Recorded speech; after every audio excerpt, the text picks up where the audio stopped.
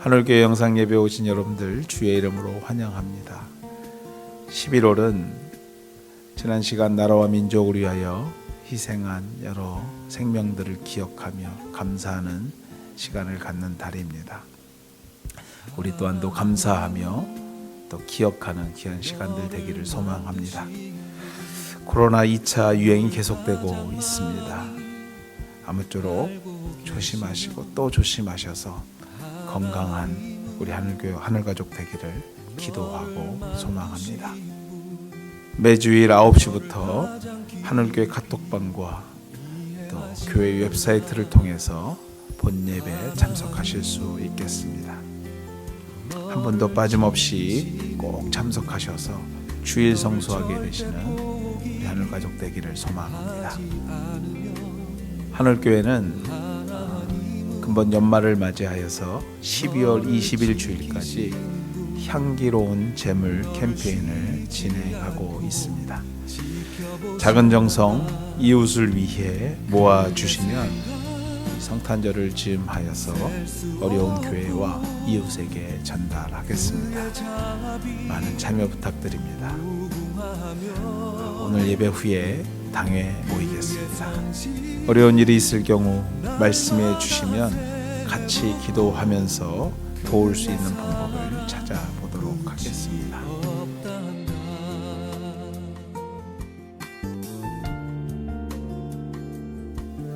헌금을 위해서 함께 기도하겠습니다.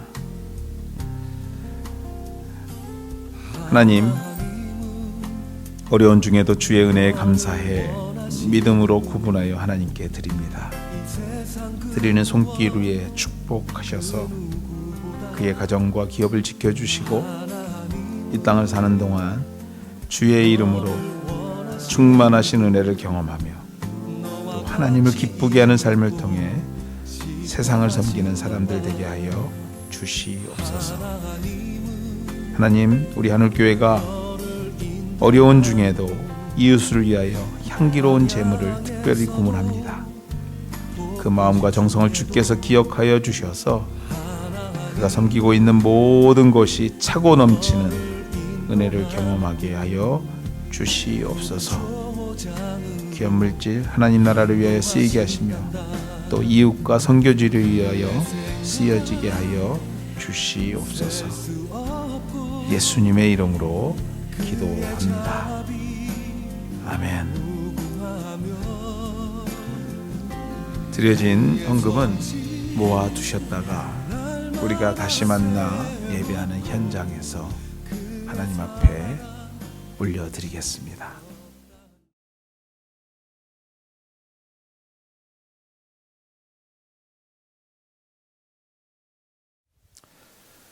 오늘 주시는 말씀은 신약성경 사도행전 1장 12절에서 26절까지 말씀입니다. 제자들이 감람원이라 하는 산으로부터 예루살렘에 돌아오니 이 산은 예루살렘에서 가까워 안식일에 가기 알맞은 길이라. 들어가 그들이 유하는 다락방으로 올라가니 베드로, 요한, 야고보, 안드레와 빌립, 도마와 바돌로메, 마테 및 알페오의 아들 야고보, 셀러신 시몬, 야고보의 아들 유다가 다 거기 있어 여자들과 예수의 어머니 마리아와 예수의 아우들과 더불어 마음을 같이 하여 오로지 기도에 힘쓰더라. 모인 무리의 수가 약 120명이나 되더라. 그때에 베드로가 그 형제들 가운데 일어서서 이르되, 형제들아, 성령이 다윗의 입을 통하여 예수 잡는 자들의 길잡이가 된 유다를 가리켜 미리 말씀하신 성경이 응하였으니 마땅하도다. 이 사람은 본래 우리 수 가운데 참여하여 이 직무의 한 법을 맡았던 자라. 이 사람이 불의의 싹스로 밭을 사고 후에 몸이 곤두박질하여 배가 터져 창자가 다 흘러나온지라. 이 일에 예루살렘에 사는 모든 사람에게 알려져 그들의 말로는 그 밭을 아겔다마라 하니 이는 피밭이라는 뜻이라. 시편에 기록되었으되 그의 거처를 황폐하게 하시며 거기 거하는 자가 없게 하소서 하였고 또 일렀으되 그의 직분을 타인이 취하게 하소서 하였도다. 이러므로 요한의 세례로부터 우리 가운데서 올려져 가신 날까지 주 예수께서 우리 가운데 출입하실 때에 항상 우리와 함께 다니던 사람 중에 하나를 세워 우리와 더불어 예수께서 부활하심을 증언할 사람이 되게 하여야 하리라 하거늘 그들이 두 사람을 세우니 하나는 바사바라고도 하고 별명은 유수도라고 하는 요셉이요 하나는 마띠아라. 그들이 기도하여 이르되 뭇 사람의 마음을 아시는 주여 이 두 사람 중에 누가 주님께 택하신 바 되어 봉사와 및 사도의 직분을 대신할 자인지를 보시옵소서. 유다는 이 직무를 버리고 제 곳으로 갔나이다 하고 제비 뽑아 마띠아를 얻으니 그가 11사도의 수에 들어가니라. 아멘.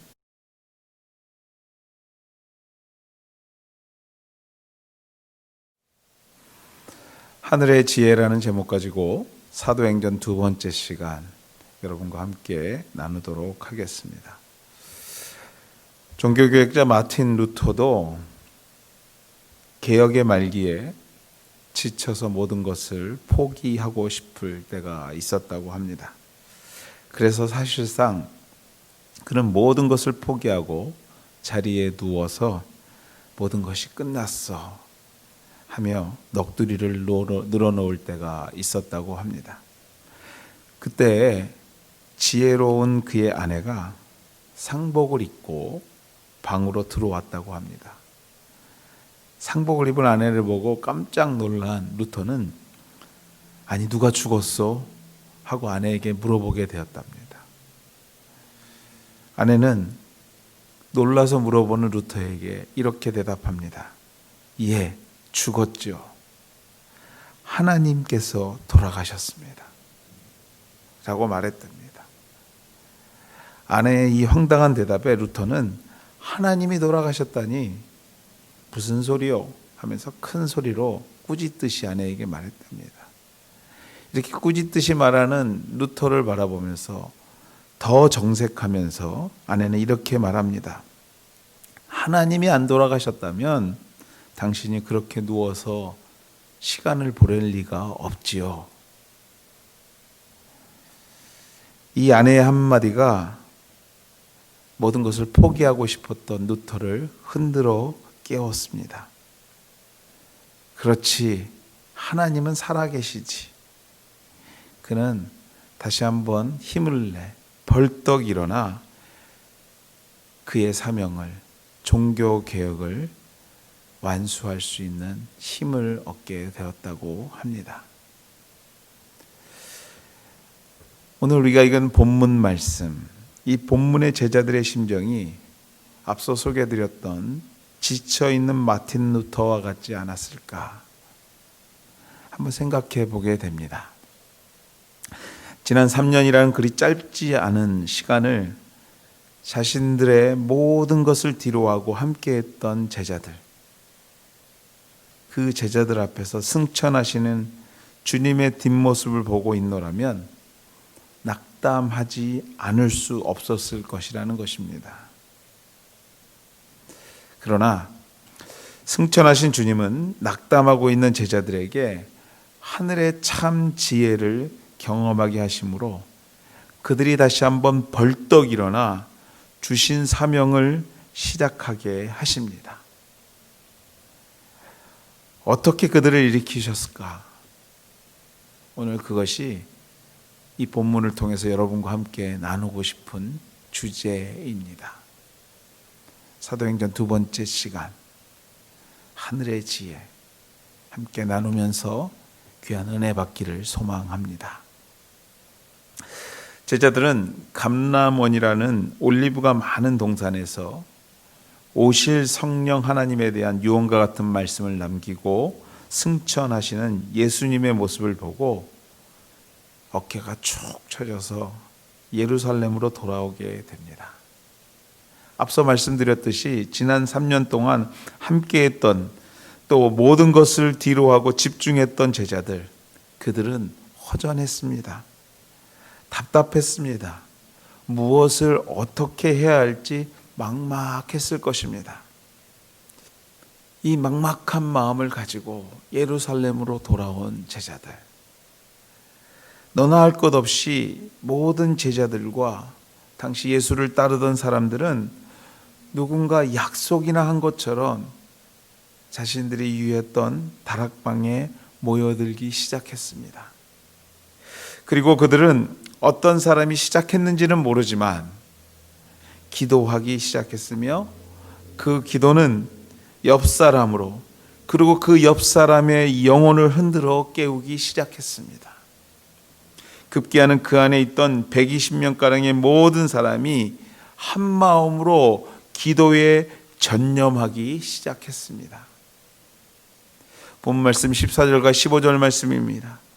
여자들과 예수의 어머니 마리아와 예수의 아우들과 더불어 마음을 같이하여 오로지 기도에 힘쓰더라.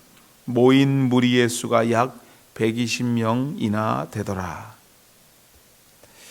생각해 봅니다. 상상해 봅니다. 왜 그들이 모였을까? 물론 앞서 말씀드렸던 것처럼, 지난주에 말씀드렸던 것처럼 떠나지 말고 약속한 것을 기다리라는 명령은 있었지만 떠나지 말라고 했지 모여 있으라는 말을 하지 않았는데 왜 그들은 약속이나 한 듯이 한 곳에 모였을까?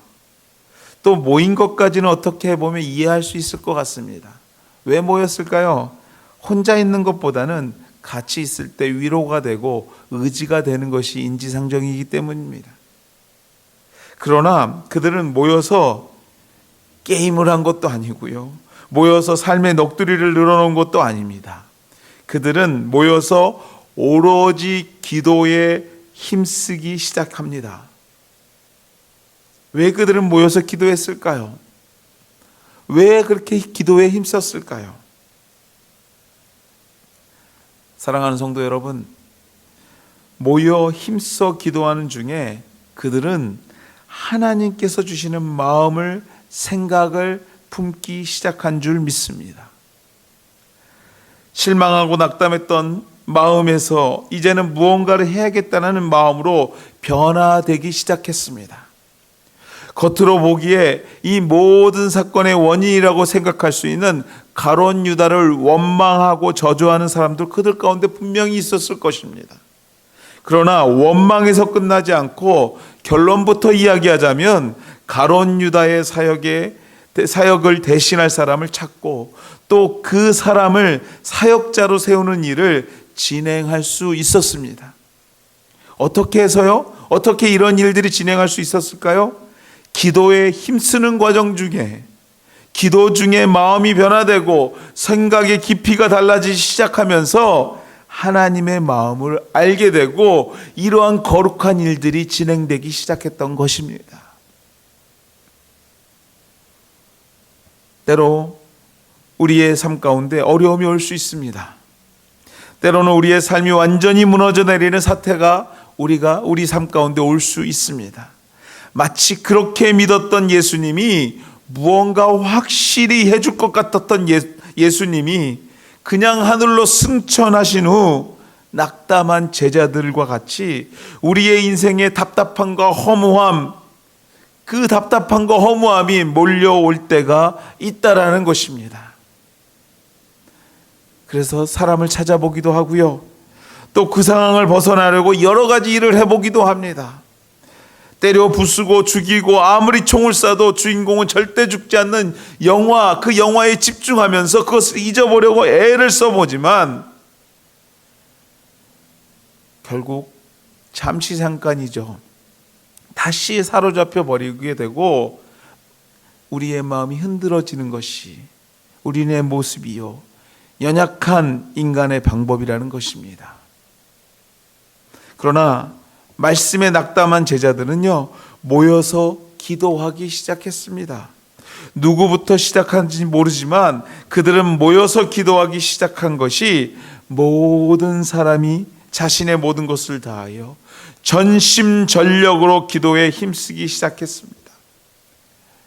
결국 그 가운데 하고자 하는 의욕이 생기고요, 그 속에서 상처가 치유되고 원망에서 새로운 사역에 대한 희망으로 그들의 마음이 변화되기 시작한 것입니다. 한 걸음 더 나아가 이것이 하나님의 마음이요 뜻이구나 깨닫게 된 것입니다. 맞습니다, 여러분. 왜 그들이 모였고 또 왜 그들이 기도했습니까? 결과적으로 볼 때 무너진 마음이, 답답한 마음이 사라졌던 의욕이 기도 중에 회복되고 또 다른 계획과 비전을 기도 중에 보게 된 것입니다. 그래서 그들은 모였고요. 그래서 기도하기 시작한 것입니다. 기도하는 그들에게 성령께서 함께 하시기 시작한 것입니다. 그러므로 성도의 문제는요, 기도에 있습니다. 우리의 문제는 기도에 있습니다. 하나님을 만나는 시간에 있는 것입니다. 하나님의 마음을 깨닫는 데 있는 것입니다. 그것도 열심으로 기도하는 것입니다. 열심으로 기도했다고 성경은 우리에게 고백하고 있습니다. 그런데 여러분, 이 열심히 기도한다, 참 그 말이 좋기도 하지만 그 말처럼 기준이 뭐한 말도 없습니다. 나는 열심히 기도하고 있다고 생각하지만 옆 사람이 나를 볼 때 그렇게 생각 안 할 수가 있어요. 또 내가 누군가를 바라볼 때 누군가는 열심히 나름대로 기도하고 있다고 생각하지만 내가 볼 때 그렇지 않을 때가 있는 것이 바로 이 기도의 열심입니다. 그래서 오늘 제가 이 열심히 기도한다라는 것에 대한 기준을 좀 만들어 드리고 싶습니다. 쉽게 얘기해서 열심히 기도하는 것이 어떻게 기도하는 것인가 라는 것입니다. 답부터 얘기하자면 꾸준히 기도하는 것입니다. 이제부터, 오늘부터 시간을 정해놓고 꾸준히 기도하는 것이 하늘교회에서 말하는 열심히 기도하는 것입니다. 다시 한번 말씀드리겠습니다. 뭐라고요? 우리의 열심히 기도는 뭐라고요? 꾸준히 기도하는 것을 말합니다. 일단 기도의 길이는 생각하지 마십시오. 시간은 생각하지 마십시오. 단 1분이라도, 단 5분이라도 매일 기도하는 것이 열심히 기도하는 것입니다. 매일 정한 시간에 끊이지 않고 기도하는 것을 이제부터 하늘교회에서는 열심히 기도한다라 표현하겠습니다. 이 팬데믹 기간, 이 병마의 기간, 우리의 가족과 생업 그리고 섬기고 있는 교회, 이웃과 이 땅을 위하여 기도하셔야 합니다. 어떻게 기도합니까? 열심히 기도해야 됩니다. 열심히 기도하는 것이 무엇이라고요? 꾸준히 끊이지 않고 매일 기도하는 것입니다. 꾸준히 끊이지 않고 기도하는 하늘 가족, 그 사람들을 우리는 열심히 기도하는 사람이라고 이제부터 우리는 말할 것입니다. 저는 확신하고 믿습니다. 시간을 정해놓고 꾸준히 하다 보면요, 기도의 시간은 자연스럽게 길어질 거라는 것을 저는 믿습니다. 왜요? 그 시간이 좋거든요. 아니, 좋은 줄 몰랐는데 기도하는 자는 알게 되거든요. 매일 기도하다 보면 그 기도가 얼마나 기쁘고 감사한 일인가를 알게 되거든요. 아버지의 마음을 알게 되고요. 그 다음부터는 누가 하지 말라고 해도 기도의 자리를 찾게 되고 매일, 즉 열심히 기도하게 되고 그 시간과 깊이가 달라지기 시작하는 것입니다. 하나님의 음성을 듣는 것이 얼마나 좋고 중요한 것인가를 알게 됩니다. 어떠한 문제가 여러분 앞을 가로막습니까? 어떠한 문제 때문에 낙담하고 계십니까? 아니, 고민하고 계십니까? 하나님 앞에 나와 열심으로, 즉 꾸준히 기도하는 저와 여러분이 되시기를 주님의 이름으로 축원해 드립니다. 기도의 기쁨을 경험하시기를 주님의 이름으로 축원해 드립니다. 아버지의 마음을 깨닫게 되시기를 주님의 이름으로 축원해 드립니다. 열심히 꾸준히 기도하는 가운데 이 모든 것을 경험하시기를 주님의 이름으로 축원해 드립니다. 우리 하나님께서는 기도하는 자들에게 힘 주십니다. 우리 하나님께서는 기도하는 자들에게 능력을 주십니다. 우리 하나님께서는 꾸준히 열심히 기도하는 자들에게 하늘로부터 오는 지혜를 주시어 우리 앞에 놓인 문제와 어려운 문제를 선한 길로 인도해 주시는 선하신 우리 하나님을 경험하게 하시는 줄 믿습니다.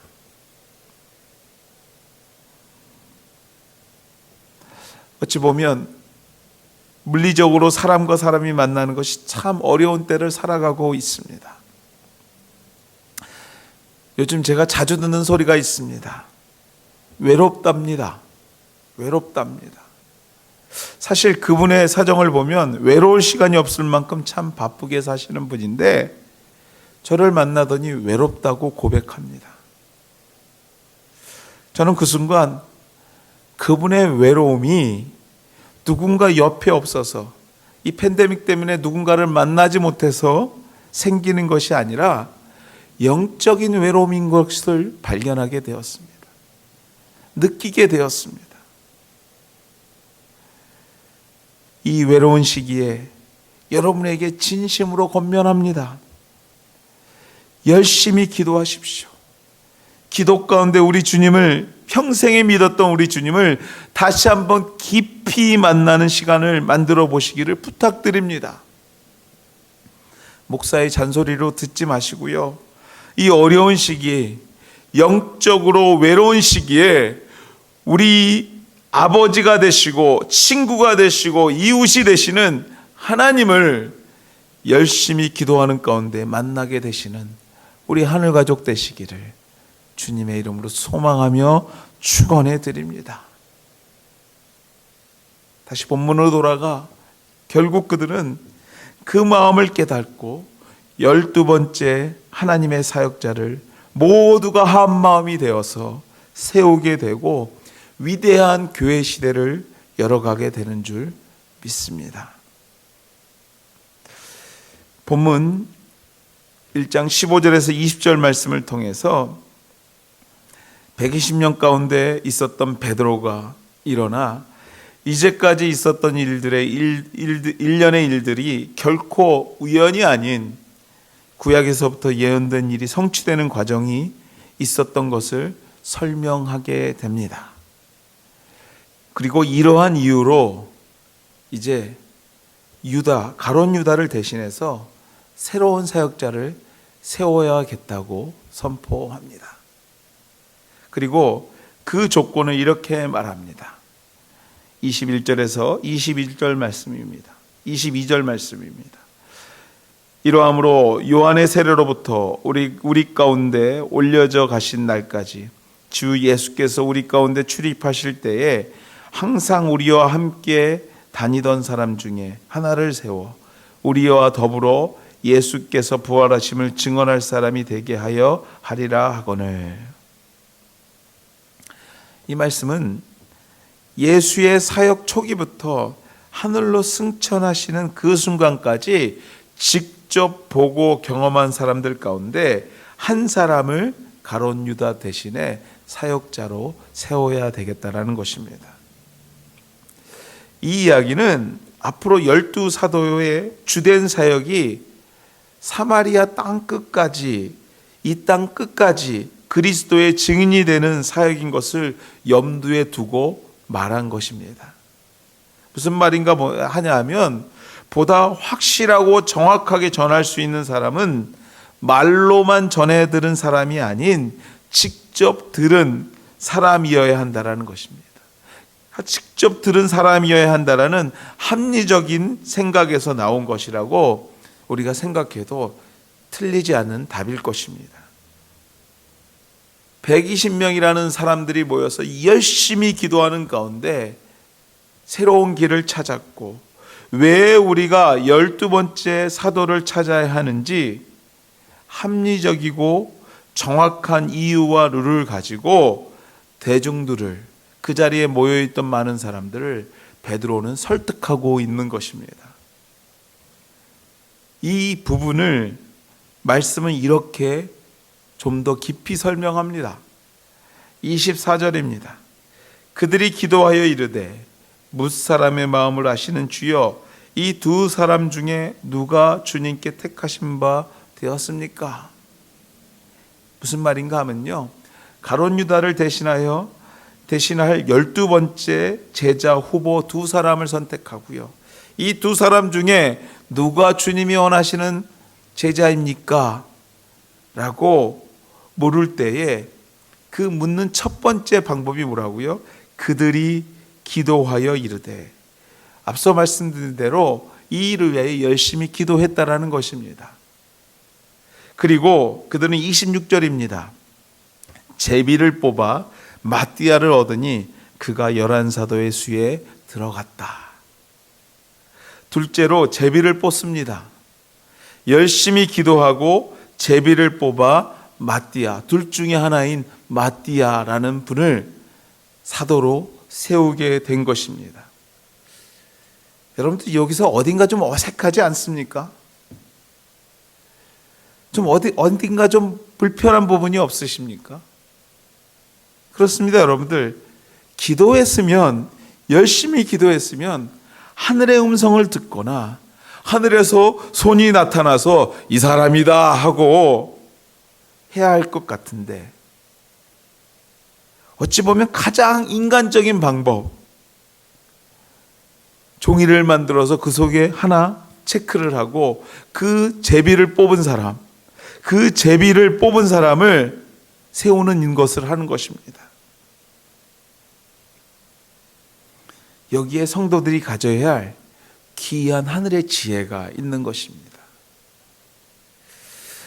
기도한다라는 것은요, 하나님의 마음을 깨닫는 것은 비논리적으로 되는 것이 아닙니다. 기도한다라는 것은 독선적인 것을 말하는 것도 아닙니다.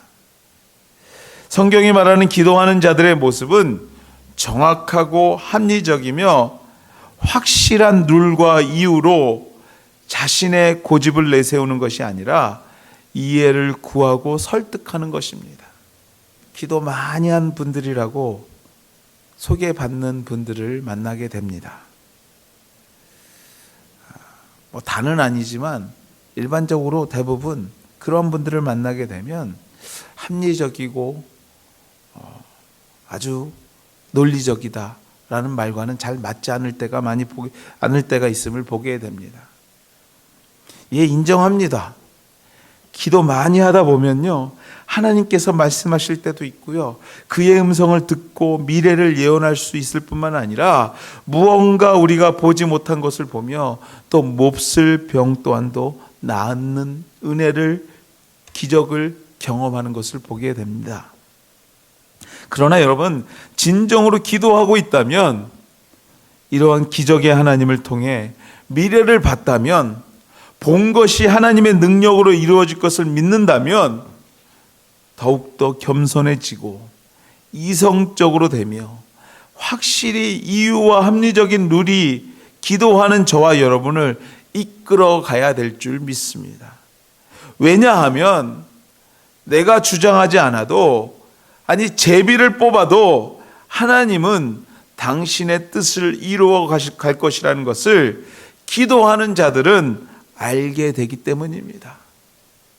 내가 그렇게 욱박지르고 그렇게 무시하면서 그거 아니라고 얘기하지 않아도 하나님의 뜻이라면 그것이 이루어질 것을 진짜 깊이 기도하고 열심히 기도하는 자들은 알기 때문입니다. 알기 때문이에요. 교회의 역사에서 짧은 생애 동안 엄청나고 극적인 성취를 이룬 한 사람을 꼽는다면 감리교 창시자인 존 웨슬리 목사님이라고 말할 수 있을 것입니다. 어떤 사람이 이 웨슬리 목사님에게 이런 질문을 했다고 합니다. 만약 예수님이 10시간 후에 오셔서 우리의 생애의 종말이 된다면 그동안 목사님은 무엇을 하시겠습니까? 이러한 질문을 받은 웨슬리 목사님은 이렇게 대답했다고 합니다.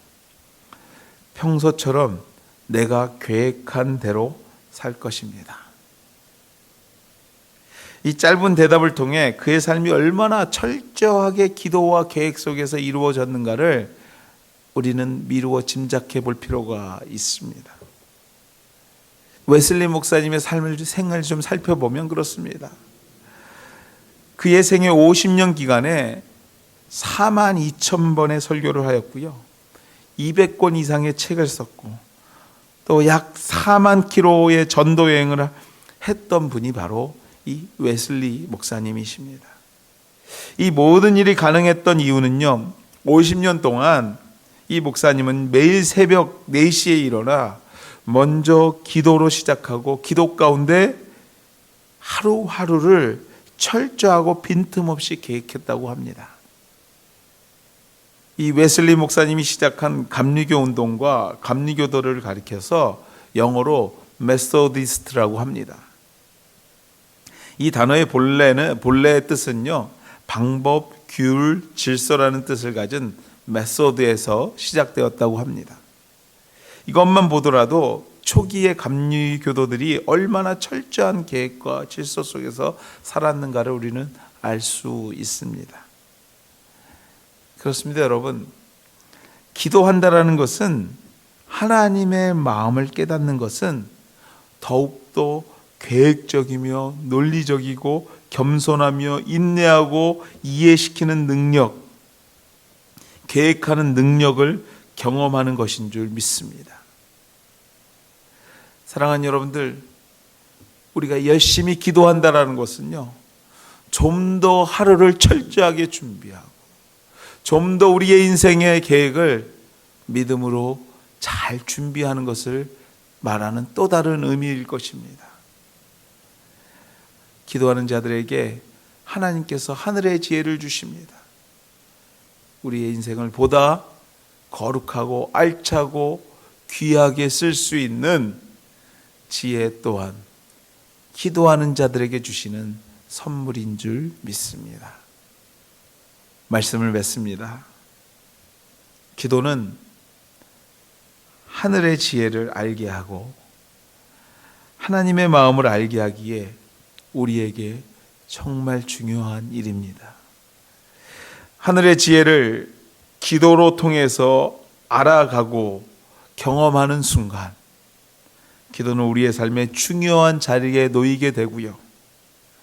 또 기도를 하면 할수록 합리적이고 논리적이며 대화가 되는 진정한 하늘의 지혜를 소유한 성도들로 변화될 줄 믿습니다. 사랑하는 성도 여러분, 우리 하늘가족 여러분, 어려운 시기에 기도하셔야 합니다. 기도 가운데 하늘의 지혜를 듣고 경험하게 되시기를 주님의 이름으로 다시 한번 축원해 드립니다. 기도하겠습니다. 하나님, 감사합니다. 참으로 이 어려운 시기를 우리가 살아가고 있는 중에도 믿음 잃지 않고 하나님 앞에 기도하며 주께서 주시는 마음으로 살게 하신 하나님께 감사드립니다. 하나님, 이 시간 다시 한번 주님 앞에 기도하고 간구합니다. 하나님, 우리가 초대교회 성도들처럼 열심히 기도하게 도와주시옵소서. 하나님, 매일매일 쉬지 않고 기도하는 자들 되게 도와주시옵소서.